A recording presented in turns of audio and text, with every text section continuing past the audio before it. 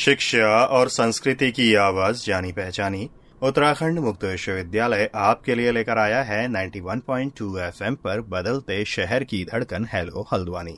दोस्तों, हेलो हल्द्वानी एक सामुदायिक रेडियो है और इस रेडियो पर हम समुदाय और समाज की जागरूकता के लिए, उनकी जानकारी के लिए कई तरह के कार्यक्रम लेकर आते हैं। तो वहीं उत्तराखंड मुक्त विश्वविद्यालय से जुड़े हुए शिक्षार्थियों के लिए भी हम कई तरह की जानकारियां और कार्यक्रम यहाँ पर लेकर आते हैं। फिलहाल हमारे स्टूडियो में आज मौजूद हैं मुन्नी पांडे जी, जो कि राजकीय गर्ल्स जूनियर हाई स्कूल चहज गंगोली हाट में अभी कार्यरत हैं, वहां पर अध्यापन कर रही हैं। और अगर इनके खास परिचय की बात की जाए तो इन्होंने रामचरितमानस का कुमाऊनी में अनुवाद किया है। तो बात करेंगे हम कि इन्होंने रामचरितमानस का जो कुमाऊनी में अनुवाद किया वो कैसे किया और किस तरीके की जो प्रतिक्रिया है इस अनुवाद को मिल पा रही है अभी। तो सबसे पहले मुन्नी पांडे जी, आपका बहुत बहुत स्वागत है हेलो हल्द्वानी के स्टूडियो में।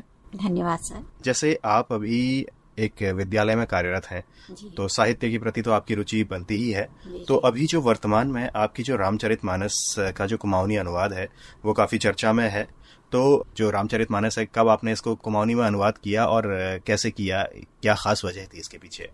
मैंने जब कोविड का टाइम चल रहा था तो 2021 में, उस समय नवरात्रि के टाइम, मैंने एक तो मतलब कुछ वातावरण इस तरह का था। तो वैसे मेरी बचपन से एक वो थी कि मैं किसी उसका कुमाऊनी में या रामचरितमानस का कुमाऊनी में लिखूं। पर पहले तो मैं सोच रही थी कि मैं भावानुवाद करूं, चाहे हिंदी में करूं चाहे कुमाऊनी में। फिर मेरे पास ऐसी कई व्यस्तताएं होती हैं, तो फिर मैंने इसको उठाया और मैंने सोचा कि चलो इसको कुमाऊनी में ही लिखना शुरू कर देते हैं। तो मैंने इस ग्रंथ को अपनी तरफ से तो कुछ नहीं जोड़ा है, हूबहू गोस्वामी तुलसीदास जी की जो कृति है उसका कुमाऊनी भाषा में अनुवाद किया है। फिर मैंने उसी मतलब 2021 से वो शुरू किया और 2022 में लगभग मुझे 1 साल 4 महीने या 6 महीने का टाइम लगा।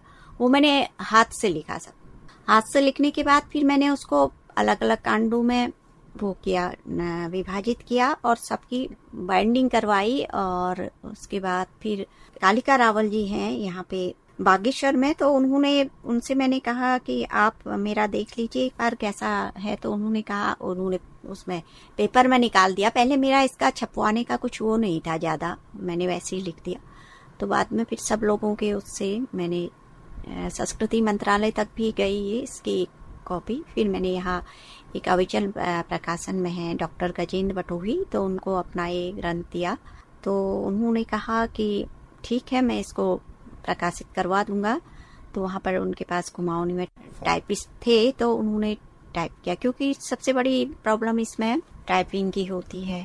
तो हर किसी को कुमाऊनी टंकड़ में पारंगत नहीं होता है, तो उनके यहाँ थे लोग, तो उन्होंने कर दिया। उसके बाद फिर थोड़ा प्रूफ रीडिंग में, क्योंकि भाषा है नया नया है तो इसमें थोड़ी सी दिक्कत आती, तो प्रूफ रीडिंग में मुझे काफी टाइम लगा।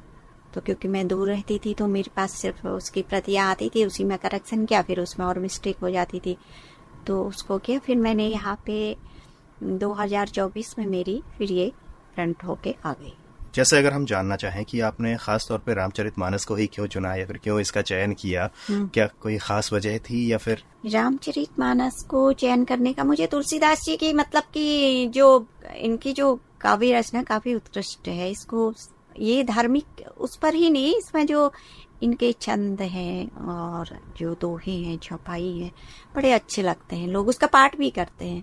तो थोड़ा साहित्यिक उसकी हूँ, मैंने हिंदी में एमए किया, संस्कृत में किया।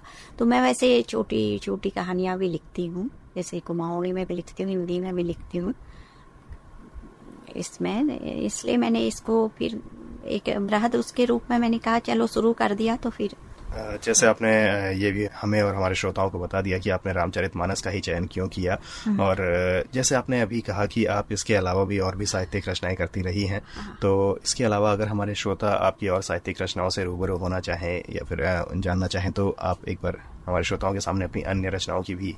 मैंने एक इसरो पर भी लिखी कविता लिखी, उसका मैंने काव्य पाठ भी किया।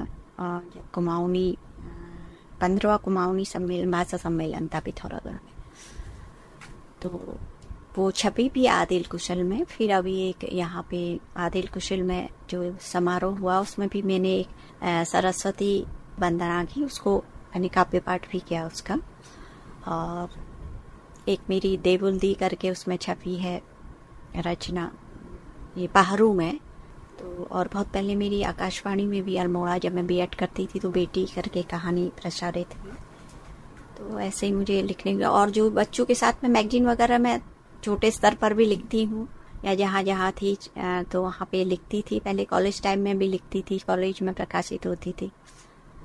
जैसे आप साहित्य से जुड़ी रही, तो साहित्य के क्षेत्र में जो आपकी रुचि है वो क्या बचपन से ही रही, या फिर क्या खास वजह रही कि आप साहित्य के क्षेत्र से जुड़ी और अध्यापन से भी जुड़ी? साहित्य में तो रुचि पहले से ही थी मेरी, तो मैं काफी पढ़ती भी थी और लिखती भी थी। अब भले ही उस टाइम प्रकाशित नहीं हो पाई, मेरे पास है अभी एक कुमाऊनी में एक लिख रही हूँ मैं उपन्यास, और एक हिंदी में भी लिख रही हूँ। तो वो पूरा हो जाएगा तो हो जाएगा फिर आ जाएगा, उसके बाद फिर श्रोताओं से बात होगी या फिर और लोगों से बात होगी। अब साहित्य से, वैसे साहित्यिक रुचि है मेरी साहित्य में, और इसमें पढ़ना, पढ़ाना, लिखना, बच्चों को भी मैं लिखाती हूँ, तो उनमें साहित्य सृजन के प्रति रुचि जागृत हो। तो कई बच्चे लिखते भी हैं, प्रोत्साहित होते हैं। तो एक लड़की मेरी जो स्टूडेंट थी यहाँ MBPG में पढ़ती है, तो वो, मैं जब वहाँ गई तो मैंने एक छोटी सी मुस्कान करके एक मैगजीन बनवाई। तो उसमें बच्चों से उनकी, वैसे कुछ लोग तो ऐसे लिख के या कहीं से नकल करके तब भी उठा के लाए। एक लड़की जो थी उसमें मौलिक प्रतिभा थी 1-2 बच्चों में, तो वो लिखने लगी। तो अब अच्छी लिखती है कविताएं, वो अच्छी कविताएं लिख लेती, या लिख लेते हैं बच्चे। जी, तो अब लौट के आते हैं एक बार फिर से आपके इस रामचरितमानस के कुमाऊनी अनुवाद पर। तो अगर हम ये जानना चाहें कि अभी कितने लोगों तक ये रचना पहुंच चुकी है, और क्योंकि आपने कोविड का जो लॉकडाउन वाला पीरियड था उस पीरियड में आपने इसकी रचना की है, तो कितने लोगों तक ये पहुंच चुकी है, और इसके अलावा जो प्रतिक्रिया है इसमें पाठकों की, वो कैसी आपको मिल रही है? लगभग मैंने 50 प्रतियां छपवाई, तो मेरी 40-45 तक तो चली गई हैं लोगों के पास। हालांकि मैं इसको वैसे एक उस जैसे प्रॉपर उससे होता है कहीं पर विमोचन वगैरह नहीं करवा पाई, क्योंकि मेरे पास इतना समय भी नहीं था, तो कुछ और भी प्रॉब्लम थी। तो मैंने लोगों के पास गई हैं काफी, तो पढ़ते हैं लोग। और वैसे कोई अभी साहित्यिक इसकी समालोचना तो अब बाद में ही होगी, कि ये मैं कैसे कह सकती हूँ, ये तो मेरे पाठक ही बताएंगे। तो मुन्नी पांडे जी, आपका बहुत बहुत धन्यवाद हमसे और हमारे श्रोताओं से अपने विचार साझा करने के लिए, अपनी सारी बातें हमारे और हमारे श्रोताओं के सामने रखने के लिए। तो अगर इसके अलावा कुछ और खास बात अगर आप हमारे श्रोताओं से कहना चाहें तो आपका एक बार फिर से स्वागत है। बस मैं अपने श्रोताओं से यही कहना चाहती हूँ कि जैसे कुमाऊनी, मेरा इसमें उद्देश्य ये भी था कि थोड़ा आजकल चल ही रहा है कि कुमाऊनी भाषा को हम अपना समृद्ध बनाए। जैसे हमारी कुमाऊनी भाषा विलुप्त सी हो जा रही है, तो सारे लोग बंगाली लोग बंगाली में बोलते हैं, गुजराती लोग गुजरात, तो हमारे यहाँ के कुमाऊनी लोग कम बोलते हैं, तो थोड़ा उपेक्षित जैसा महसूस करते हैं। तो मैंने इसको थोड़ा सा, इसका दर्जा ऊंचा उठाने के लिए मैंने एक बड़ा ग्रंथ उठा लिया, बड़े से ही शुरू कर दिया। वैसे छोटी छोटी कहानियां तो मैं वैसे लिखती हूँ, लेकिन इसका तो खैर वैसे तो मैंने किया नहीं, लिखा नहीं, वो तो तुलसीदास जी की रचना है, उसका अनुवाद मात्र किया है कि कुमाऊनी को थोड़ा प्रचार प्रसार मिले, और ये हमारी मातृभाषा है। जैसे कि अभी जो नई शिक्षा नीति में है उसमें भी जो क्षेत्रीय भाषाएं हैं उनको महत्व दिया जा रहा है, तो हो सकता है हमारी भाषा के लिए भी सब लोग अभी आवाज उठा रहे हैं कि 8वीं अनुसूची में कुमाऊनी भाषा को अगर स्थान मिल जाए, तो उसके लिए मैंने भी इसमें कार्य किया है, कि मैं भी कर रही हूँ, आगे भी करूंगी और लोगों को प्रेरित भी करूंगी।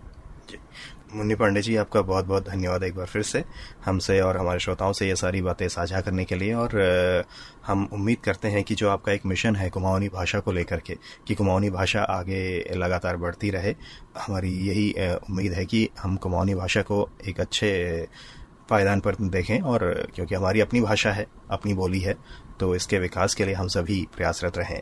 तो श्रोताओं, इसी के साथ मैं अनिल भी चाहूंगा आपसे इजाजत, फिर मिलेंगे, तब तक के लिए नमस्कार। नमस्कार।